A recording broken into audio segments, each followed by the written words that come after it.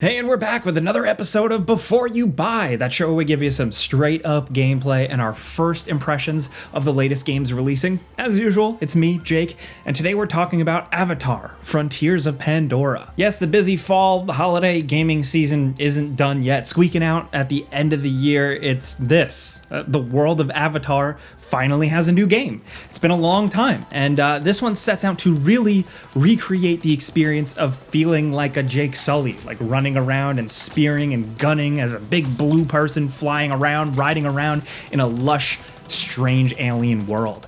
And ladies and gentlemen, I think they kind of nailed it. It's a flawed game with some things I didn't like, and it is very reliant on the Far Cry formula. This is a Ubisoft game through and through, with the ups and downs.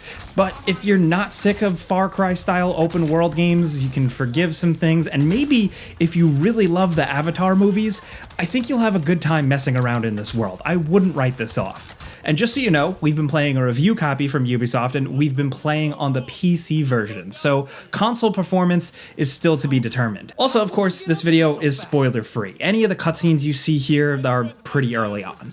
So, this game takes place on Pandora, after the events of the first movie.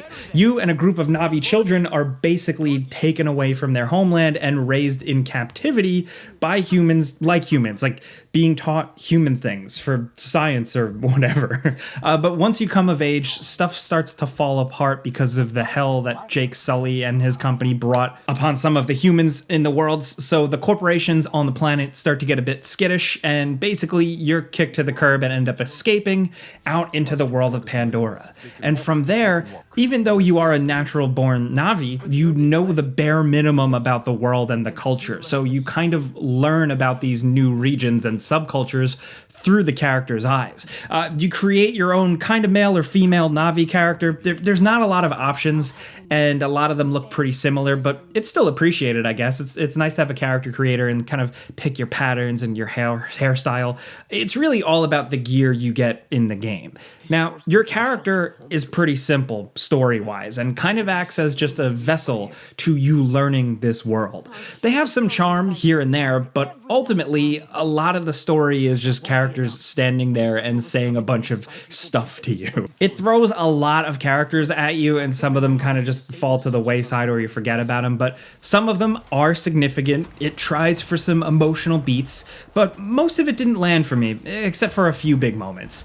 That's one of my big negatives here, but it's just my personal reaction. I didn't find the through line of the story very interesting, but I did enjoy seeing and learning about new regions and different Na'vi tribes that have their own distinct roles and characteristics. It was kind of cool. But I also like the movies, so I was going into it kind of hoping to see some fun new additions to the lore. They also tweak some things and kind of hand-wave or explain away some things, maybe out of convenience's sake. I think the hardcore fan base is really going to be the decider of that. Still, some of the significance of the different Na'vi tribes here are very cool, specifically your character having their own kind of unique spin on one of the tribes in this world. It was just interesting. Where the game makes up for some of that lacking story stuff is the gameplay and the world. This rendition of Pandora is awesome. Like, it has tons of details, weird plants, little interactions everywhere. The world reacts to you, tons of stuff to hunt for, to better your character, all meaning like you're always stumbling upon a new place, like a weird tree or a waterfall or some new biome with creepy looking plants. It has the rivers, the sky islands, all the stuff you'd expect from James Cameron's movie, as well as just some more lush jungles and forests and plains and biome variety. All of it looks and feels exactly like the movies. I'm amazed how they actually nailed it. The density is something else, and the game looks pretty gorgeous. In a rare brief before you buy shout out, I have been capturing all of this footage on a Falcon Northwest Talon PC. Now, I usually build my own PCs, but I went with a pre-built here, and just saying, they did a really good job. It's flawless, and the customer service was awesome. Falcon Northwest worked with me to make a PC that reminded me of like a DeLorean or RoboCop, and they delivered. We're bad at photography, but here are some of the official shots. This is going to be like the before you buy capture beast for me. Thanks, guys. And now the game ran well on a high-end PC, but I was surprised how well it scaled when I ran the settings down to low. I still found the game to be surprisingly good looking and still had a lot of that density there. On most settings, I did have some noticeable pop-in from higher up, like the high views, and also the occasional open world Ubisoft glitch, like an NPC clipping or disappearing. But for me, in my experience, that was few and far between. At least I would say nothing disastrous yet. Again, I don't know how the console situation will be. I only had access to PC, so be vigilant and keep your eyes peeled upon launch. But what impressed me with the world detail and density was how it kept up with everything you're doing in it. Like, essentially, to boil it down, it's kind of like Far Cry, but if you could run much faster and kind of jump and climb with the speed and fluidity of Mirror's Edge. Now, this isn't like a full-on parkour game, but you control your jumps by holding down the button, which feels really nice, and just like the distance and the hoppiness to it feels great and reminded me of Mirror's Edge. And then along with that, you're also bouncing on mushrooms and flinging yourself with giant leaves and catching vines in midair that zip you up to higher ground, and all of it feels really nice and like generous, making it easy and fun and fluid to get around. Like, it's just a blast. And plus, when you get access to mounts, it makes it that much more enjoyable, because there is a point where running around aimlessly did start to feel a bit tedious, and just when I started to feel that, I got access to the aerial mount. And that's where I thought like flying around or using animals would be pretty limited just because of how wacky the map is, but you can fly up really high, dive down, do barrel rolls, relatively land wherever you want. There's a surprising amount of freedom, and you can fire a weapon while flying. So like you're shooting arrows into helicopter rotors to take them down, and you can feel like an Avatar badass when it's all popping off. That's what I think Avatar fans are coming for here, you know, that Avatar power fantasy, and it absolutely works. In between that, though, it's a lot of your typical video game crafting and hunting and harvesting and loot stuff we've seen a million times before. If you play a lot of games, you might feel a little been there, done that in certain aspects. At the very least, it feels a bit fresh here because your equipment is just so different, and the stuff you're harvesting is like often weird bits of fruit or things that you have to manually pull through a minigame. It feels fresh at first, but becomes the same tiresome, repetitive stuff after the first few hours, and the most stuff is introduced. There is plenty to do and keep busy, though. There's a lot of side quests. I didn't jump into too many of them, to be completely honest, but the ones I did check out were mildly interesting, mostly simple, but had some writing and dialogue and mini stories to them. The other kind of issue is the combat. It's not bad, but I'm just not as much of a fan of the actual encounters themselves. The main thing is your bow of different varieties and ammo types. It feels decent. Not as strong as Far Cry, but it works well enough. Because you're so big, you're basically shooting javelins at little men, and you can feel the impact with like the sound of these arrows just slamming through a poor little 6-foot-tall guy.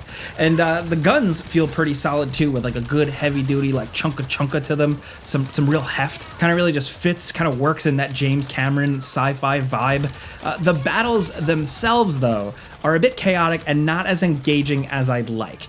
They just feel kind of messy and weird. I loved upgrading my character to like rip dudes out of mechs. That is extremely satisfying. And I liked putting skill tree points into being less detectable in stealth. But unfortunately, I found the stealth way too limiting, and the enemies far too eagle-eyed for it to be much of a satisfying option. Like, there's just not much of a stealth system, even though the game is filled with those Ubisoft Far Cry-style bases begging to be taken out. It just didn't feel quite balanced right, and taking out bases, I never really could stealth them. It usually devolves into messy chaos where you attack some enemies, you get almost blown to bits, so you retreat to recover some health, and you run back in. It works, but I just wish there was a bit more to it.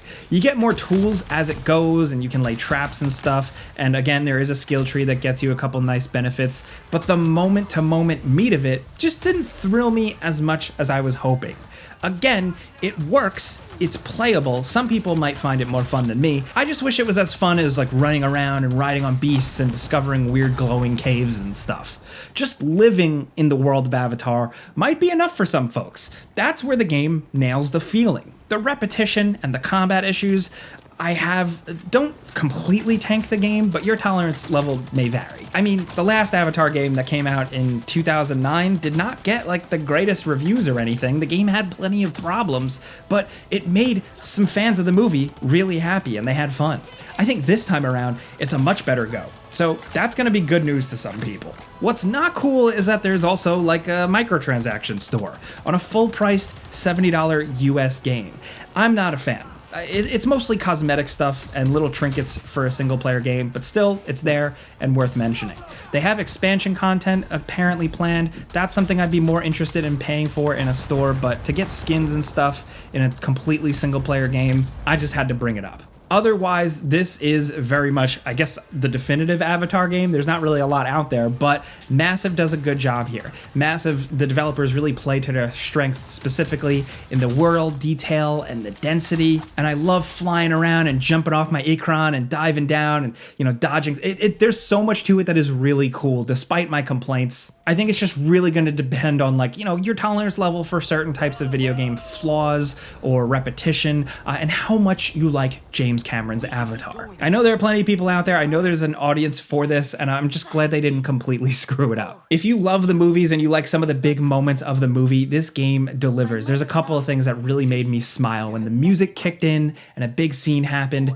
I got the feel. They nailed that. But again, this is a before you buy. You know how this goes by now. I give you some pros, some cons, and a bunch of personal opinion. So let me know in the comments what you think. Have you been looking forward to this game? Are you one of the people that just doesn't really care about Avatar? Or are you one of the people that are absolutely in love with those big blue freaks? Let's talk anything Avatar Frontiers of Pandora, and really the series in general, down in the comments. I want to hear from you guys. If you like this video and you like what we're doing here, just talking games and showing you gameplay and stuff, clicking the like button helps us out. We really appreciate that. And if you're new, consider subscribing, clicking the notification bell, checking out the description, hanging out, because we put out videos every single day. But as always, thanks for watching, and we'll see you guys next time.